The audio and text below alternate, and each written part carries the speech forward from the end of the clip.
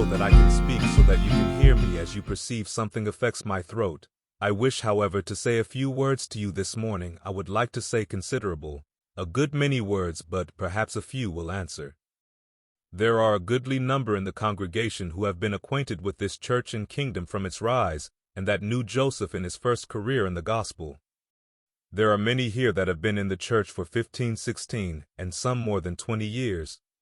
I have been in the church wanting a few days of 21 years, and there are a considerable number that I know have been in it longer than I have.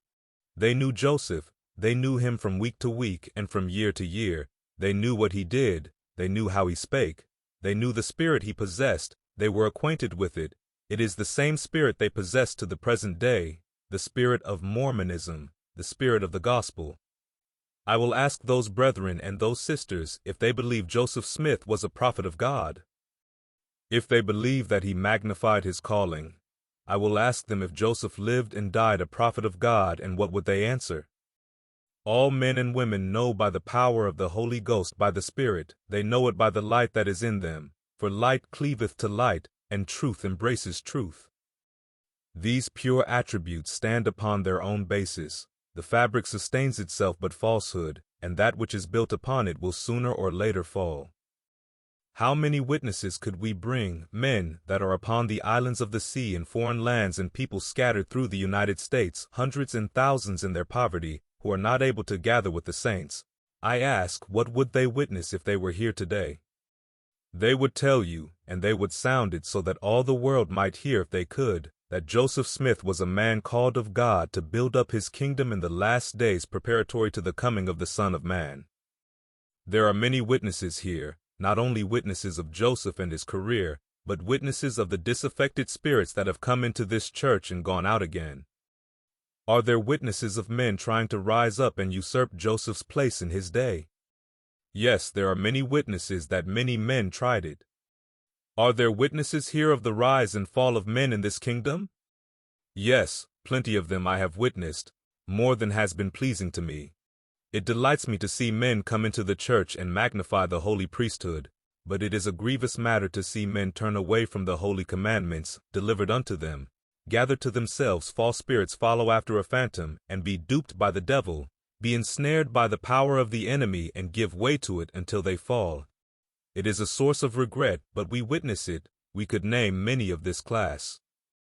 Let me ask this congregation, that portion of it that was in Jackson County, and again that portion that was in Kirtland in the days of Joseph, and in leaving Kirtland then those that were in Caldwell and Davis counties, Missouri, then ask these who were in Nauvoo in his day and after he was slain, these portions of my congregation which I have mentioned, I will ask, what has produced your persecutions and sorrow?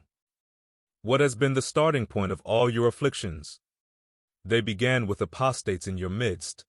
These disaffected spirits caused others to come in worse than they, who would run out and bring in all the devils they possibly could. That has been the starting point and grand cause of all our difficulties every time we were driven. Are there not witnesses of this here? Yes, a good portion of this congregation are witnesses of these things, although many of them never saw Joseph and were not personally acquainted with him. We have been persecuted. We have built houses, made farms, cultivated the land, broken up the wild prairie and made it like the Garden of Eden. We have fenced, built, and gathered substance around us many times, and as many times have been driven from our possessions, until we came to this inheritance which we now enjoy in these valleys of the mountains. Now think a moment, reflect and ask yourselves, what do we see here? I am coming nearer home. I am coming to this place.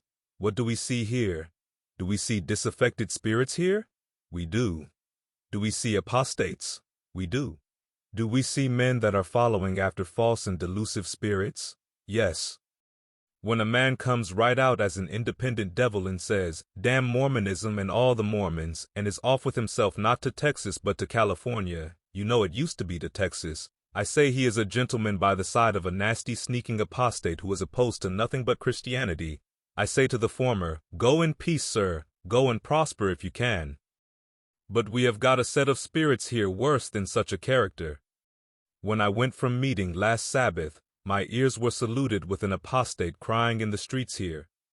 I want to know if any one of you who has got the spirit of Mormonism in you, the spirit that Joseph and Hiram had, or that we have here, would say, "Let us hear both sides of the question. Let us listen and prove all things." What do you want to prove? Do you want to prove that an old apostate who has been cut off from the church 13 times for lying is anything worthy of notice? I heard that a certain gentleman, a picture maker in this city, when the boys would have moved away the wagon in which this apostate was standing, became violent with them, saying, "Let this man alone. These are saints that are persecuting," sneeringly. We want such men to go to California or anywhere they choose. I say to those persons, you must not court persecution here, lest you get so much of it, you will not know what to do with it. Do not court persecution. We have known Gladden Bishop for more than 20 years and know him to be a poor, dirty curse. Here is Sister Violet Kimball. Brother Haber's wife has borne more from that man than any other woman on earth could bear, but she won't bear it again. I say again, you Gladdenites, do not court persecution, or you will get more than you want, and it will come quicker than you want it. I say to you bishops, do not allow them to preach in your wards. Who broke the roads to these valleys? Did this little nasty Smith and his wife? No, they stayed in St. Louis while we did it, peddling ribbons and kissing the Gentiles. I know what they have done here. They have asked exorbitant prices for their nasty stinking ribbons. We broke the roads to this country. Now you Gladdenites, keep your tongues still, lest sudden destruction come upon you.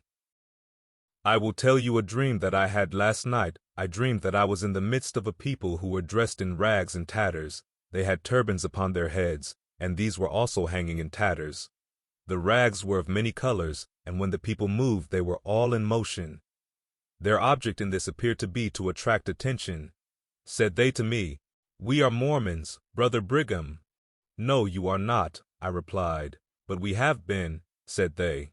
And they began to jump and caper about and dance, and their rags of many colors were all in motion to attract the attention of the people. I said, "You are no saints, you are a disgrace to them."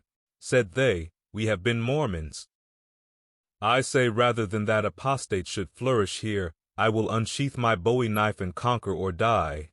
Now you nasty apostates, clear out, or judgment will be put to the line and righteousness to the plummet.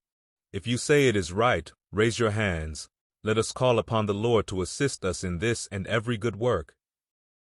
After Alfred Smith was called upon to go on a mission, he would not go, and I knew he would apostatize.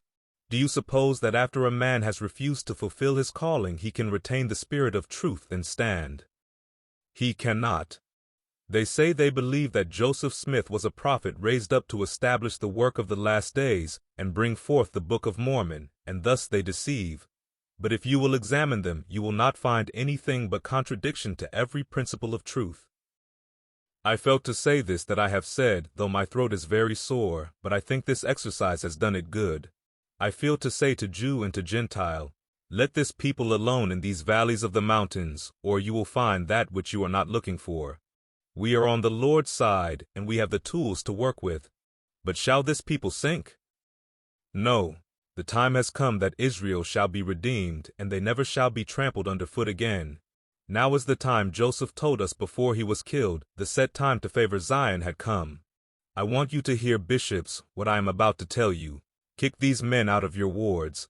If you want to apostatize, apostatize and behave yourselves. You shall not disturb my peace, nor the peace of this people. If you want to go to California, go and serve Gladden Bishop there if you wish, but disturb not this community, or else you will find judgment is laid to the line. Do not court persecution, for remember you are not playing with shadows, but it is the voice and the hand of the Almighty you are trying to play with, and you will find yourselves mistaken if you think to the contrary. May the Lord bless you, my brethren, and I pray all the time that we may be preserved in the truth, that when the Lord has anything for us, we may be ready to receive it, and thus serve him all the day long. If we have not been driven far enough to enjoy peace, tell me where next we can be driven to find it, and if apostates follow, let them follow.